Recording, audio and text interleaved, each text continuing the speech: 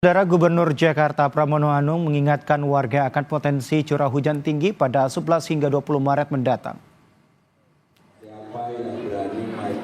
Hal ini disampaikan Pramono saat meninjau lokasi pengungsian korban banjir di Gor Jakarta Timur, Jalan Oto Iskandar Dinata, Jatinegara. Pram menyebut terkait potensi hujan ekstrim pada 11 hingga 20 Maret yang dilaporkan BMKG. Pemprov Jakarta telah menyiapkan antisipasi dengan melakukan modifikasi cuaca. Meski demikian, Pram meminta warga untuk tetap bersiaga terkait potensi hujan ekstrim tersebut.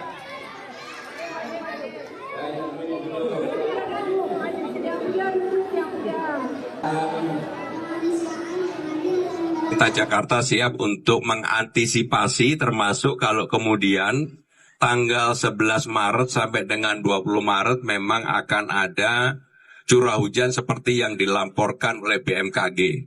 Walaupun pemerintah Jakarta tadi saya sudah memerintahkan untuk melakukan modifikasi dari awal supaya kemudian curah hujannya tidak seperti yang terjadi kemarin di